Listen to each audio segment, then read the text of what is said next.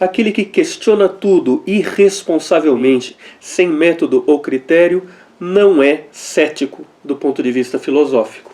O ceticismo filosófico não é isso.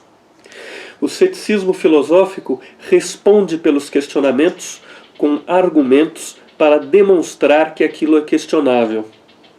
Uma segunda coisa é a seguinte: o ceticismo filosófico tem método de questionamento. Ele tem um método que passa também pelo uso de argumentos. É o método da oposição de coisas que apontam em direções diferentes.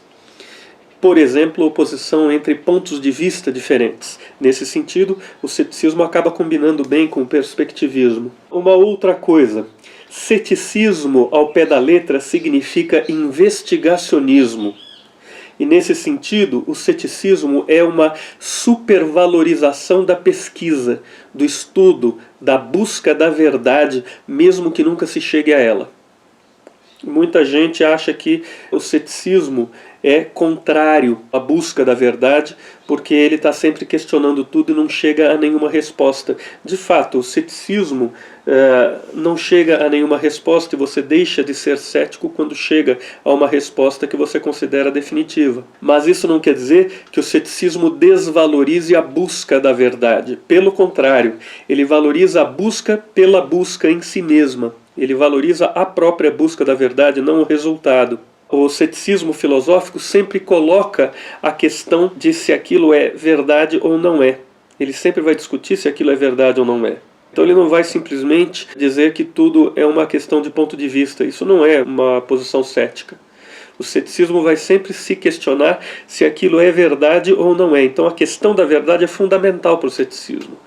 O ceticismo está sempre buscando a verdade e provocando a busca da verdade a se aprofundar cada vez mais e a avançar cada vez mais. Sem busca da verdade, nós não podemos falar em ceticismo. Então o ceticismo é uma supervalorização, repito, da pesquisa, do estudo. Aquele que não valoriza a pesquisa, o estudo, a busca da verdade, não é um cético, está apenas sendo irracional. Não é isso que o ceticismo pretende. A diferença entre o ceticismo e a ciência é que a ciência tem critérios para definir o que é verdade e se satisfaz com respostas que considera como partes descobertas de uma verdade maior. Já o ceticismo não se satisfaz, porque não aceita critérios de verdade. O ceticismo vai questionar os critérios da verdade, ou então vai questionar aquela verdade na qual se chegou. E por isso ele vai continuar pesquisando, continuar investigando, continuar estudando e tentando aprofundar esse estudo cada vez mais. O ceticismo não tem critérios para definir o que é verdade e o que não é verdade, ele não aceita critérios. Todos os critérios que aparecerem ele vai tentar encontrar falhas, e se não encontrar falhas, o cético vai deixar de ser cético. Desculpem, vai deixar de ser cético, ou então vai suspender o seu julgamento, a sua avaliação, o seu exame da coisa, até encontrar as falhas. Mas se o cético não tem critérios para definir o que é verdade e o que não é, isso não quer dizer que o cético não tenha nenhum critério no seu investigacionismo, no seu estudo, na sua pesquisa. O cético tem critérios de outro tipo. O cético tem critérios para considerar o que é aceitável, porque existem valores no ceticismo. O ceticismo valoriza certas coisas como aceitáveis e considera outras coisas como inaceitáveis. O que o ceticismo considera aceitável? E aqui nós vamos entrar no ponto principal do que nós queremos examinar nesse vídeo. O ceticismo considera aceitável o ponto de vista das aparências sem julgamento. O que é o ponto de vista das aparências sem julgamento? É o ponto de vista daquilo que aparece para nós do jeito como aparece, sem a gente julgar se aquilo é verdade ou se aquilo não é verdade, se aquilo é real ou não é, se aquilo é verdadeiro ou não é. Então, por exemplo, se eu estou andando na rua, é perfeitamente aceitável considerar que tem um chão debaixo dos meus pés. Não significa que eu esteja avaliando se aquele chão debaixo dos meus pés é real ou não é real. Quando eu estou andando, eu não estou pensando a respeito disso. Quando eu estou andando, eu não estou avaliando, não estou julgando se o chão é real ou não é real. Eu estou simplesmente andando, pisando no chão, como se ele fosse real, né? E esse como se é suficiente para o cético. O cético não precisa se apoiar na crença de que existe aquele chão debaixo dos pés. Ele vai dizer que é suficiente você ter a aparência de que aquilo é verdade. Parece que é verdade que tem um chão debaixo dos meus pés. Isso é suficiente para que eu possa caminhar. Não preciso discutir se isso é verdade ou não é, se isso é real ou não é, né, etc. A partir do momento em que eu comece a discutir se isso é real ou não é, eu vou sair do terreno da vida corriqueira, do dia a dia, e vou entrar no terreno das discussões filosóficas.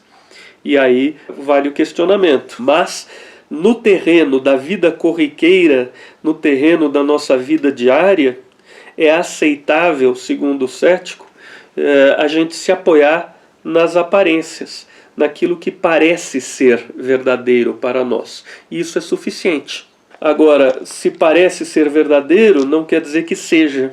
E nós não precisamos julgar se aquilo é verdadeiro ou não é, para nós vivermos no nosso dia a dia. A aparência é suficiente. O cético reconhece que a imensa maioria das pessoas olha para o chão, por exemplo, debaixo dos pés, né? E o chão parece verdadeiro. Essa imensa maioria das pessoas vai acreditar que é o verdadeiro. Nessa crença está repousando o que nós chamamos de senso comum. O cético não vai aceitar o senso comum. O cético não vai aceitar simplesmente, sem questionamento, o fato de que exista um chão debaixo dos nossos pés, por exemplo. Ele vai questionar isso. Mas ele não vai deixar de viver por causa disso e vai reconhecer e aceitar como algo válido, algo aceitável, a aparência de ser uma verdade, a aparência de que tem um chão debaixo dos nossos pés. Mesmo assim, como cético, saindo do terreno da vida corriqueira e chegando no campo filosófico e científico, ele pode questionar. Pode questionar, por exemplo, trazendo para nós o ponto de vista da ciência hoje, que diz que não existe um chão, como nós percebemos, debaixo dos nossos pés. A ciência diz que o que existe é um aglomerado de átomos, que não estão inclusive tão aglomerados assim. Os átomos são pedacinhos de matéria, né, que estão girando, flutuando no espaço, girando uns em volta dos outros, né, e esses pedacinhos de matéria estão tão distantes uns dos outros que a gente tem mais espaço vazio do que matéria, nisso que nós estamos chamando de chão. Isso é o que os cientistas vão dizer a respeito, né? Para não falar na física quântica, que é uma coisa mais atual na física e que vai complicar isso mais ainda, né? Porque vai dizer que os tais pedacinhos de matéria, em algumas situações específicas, se comportam como se não fossem matéria, como se fossem uma outra coisa, né? Mas, seja como for, um cético poderia, no campo filosófico, no campo das discussões filosóficas e científicas, discutir se existe realmente um chão debaixo dos nossos pés ou não, por exemplo, trazendo essa questão colocada pela física. Mas quando nós tratamos da nossa vida corriqueira, o cético não vai ver sentido nenhum em nós afirmarmos que não existe um chão debaixo dos nossos pés. O cético tem essa coisa que ele considera aceitável, que é a aparência. Nós temos que reconhecer e aceitar as aparências que surgem na nossa mente, a maneira como as coisas aparecem na nossa mente. O que nós não temos é que julgar se essas aparências são verdadeiras ou são falsas. Nós devemos apenas reconhecer que elas aparecem e relatar o fato de que elas aparecem e o modo como elas aparecem. A maneira de um cronista que faz a crônica do dia a dia, o cético vai fazer a crônica, né, vai relatar, né, como é que vão aparecendo as coisas para ele. o que parece ser verdade para ele, sem julgar se aquilo é verdade ou não. Tá certo? Agora, tem coisas que o cético considera inaceitáveis também. O cético, basicamente, considera inaceitável o dogmatismo, a afirmação de que algo seja verdadeiro para além das aparências, ou de que as próprias aparências sejam verdadeiras. Ele vai aceitar as aparências como aparências, sem julgamento, né? Mesmo que algo pareça ser verdade, o que ele vai dizer é: parece ser verdade, tem a aparência de verdade. Ele não vai dizer é verdade, tá certo? O cético julga inaceitável nós afirmarmos é verdade, afirmarmos que a aparência é verdade, que tem um chão debaixo dos nossos pés, ou afirmarmos que a aparência é falsa e existe uma outra verdade por debaixo dela, como a verdade dos átomos. Então o cético buscaria falhas nessa argumentação dos cientistas a respeito dos átomos para colocá-la em questão também. Mas percebam, o cético não questionaria a ciência pura e simplesmente de maneira irracional, questionando por questionar como se a ciência não valesse nada, não é isso. O ceticismo, repito, é um investigacionismo, é uma supervalorização da pesquisa, do estudo, da investigação. E nesse sentido, o ceticismo se aproxima da ciência muito mais do que se afasta dela. O que o ceticismo vai fazer então? O cético vai, para questionar o cientista, o cético vai tentar entender o modo de raciocinar do cientista, vai examinar as coisas cientificamente de acordo com a maneira de raciocinar do próprio cientista, para tentar encontrar falhas na argumentação do cientista. Falhas científicas na argumentação do cientista. E nesse sentido, o ceticismo vai servir para corrigir a ciência, corrigir os dogmatismos, provocar, na verdade, os dogmatismos a se corrigirem, vai mostrar as falhas, né? Mostrar as falhas e desafiar os dogmáticos a corrigirem os seus dogmatismos, né? E levantarem respostas melhores. É isso que o ceticismo vai fazer. Tá? Segundo o ceticismo, é inaceitável também que as explicações a respeito das aparências ultrapassem o terreno da própria aparência. O cético vai dizer que mesmo quando o cientista afirma que existem átomos formando as coisas, etc., seria mais sensato esse cientista dizer: parece que existem átomos, né? Tenho nas minhas mãos uma aparência de que existem átomos, a existência de átomos tem aparência de verdade.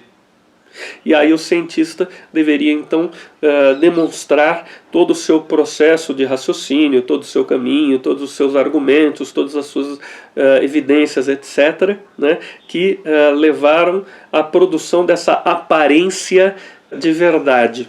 Dessa aparência de verdade. Mas o cético vai dizer: se nós formos sensatos, nós temos que reconhecer que é uma aparência de verdade, né? Os médicos, por exemplo, são extremamente sensatos quando dizem que existe uma porcentagem, não é, de possibilidade de cura com um certo remédio, né, ao invés de dizerem cura, ponto. Isso já é uma coisa muito mais sensata do que dizer cura, ponto, cura 100%. Já se está aceitando um pouco daquele cuidado, daquela sensatez que o cético diz que nós devemos ter. Tá certo? Então, assim, o que o cético vai dizer é que é inaceitável que o dogmatismo, que a afirmação dogmática de alguma verdade, né, se imponha sobre as aparências, negando aquilo que é aparente, evidente, que a gente percebe no dia a dia. As explicações filosóficas, científicas, etc., devem tentar explicar, né, as coisas que ocorrem na aparência, né, as coisas que aparecem para nós. Eu tenho um mosquitinho aqui me atrapalhando. Devem explicar, devem nos orientar nas nossas ações no mundo das aparências, e devem nos ajudar a alterar as coisas, alterar o modo como as coisas aparecem para nós. Mas nunca pura e simplesmente negar, né, o modo como as aparências estão aí. As aparências estão aí, isso precisa ser reconhecido, assumido, né? Podemos tentar explicá-las, podemos tentar orientar as nossas ações melhor usando o pensamento, né? Na hora de agirmos em relação a essas aparências, podemos alterar essas aparências usando o nosso pensamento, né? Descobrir maneiras de modificar o modo como as coisas nos aparecem, mas nós temos que reconhecer que as coisas aparecem do jeito como aparecem, como estão aí, tá certo? E trabalhar com isso, viver com isso, assim como nós vivemos com o chão debaixo dos nossos pés em cada passo que nós damos, não é?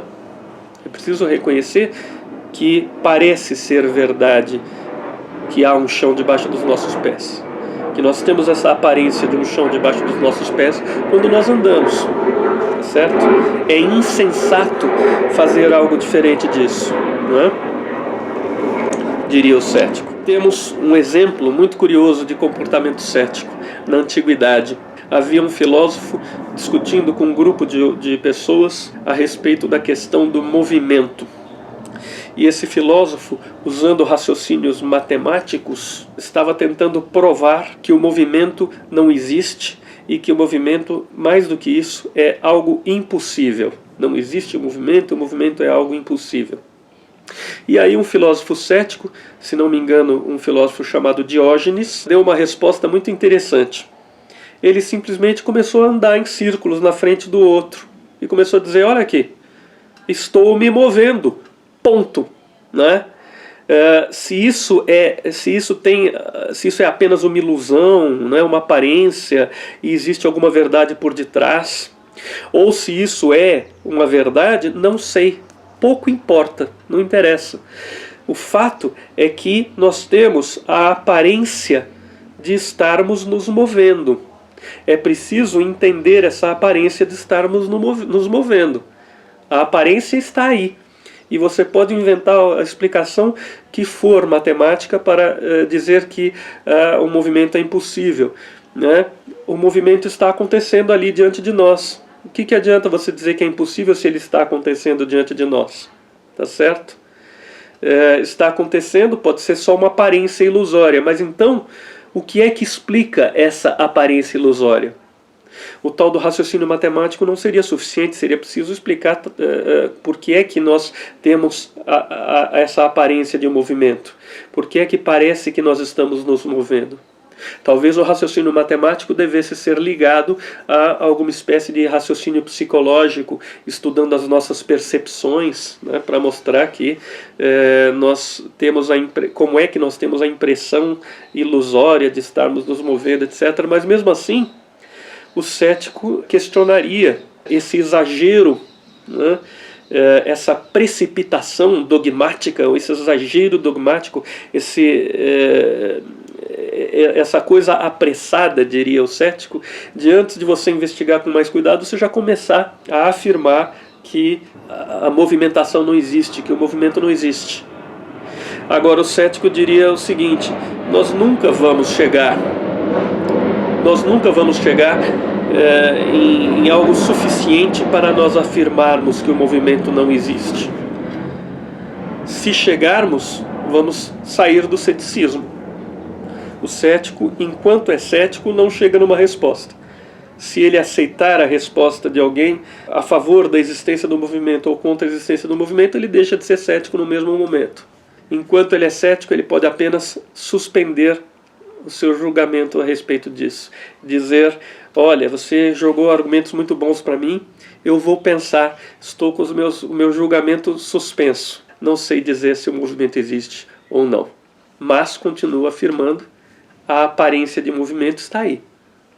Tá certo? O que é essa aparência de movimento?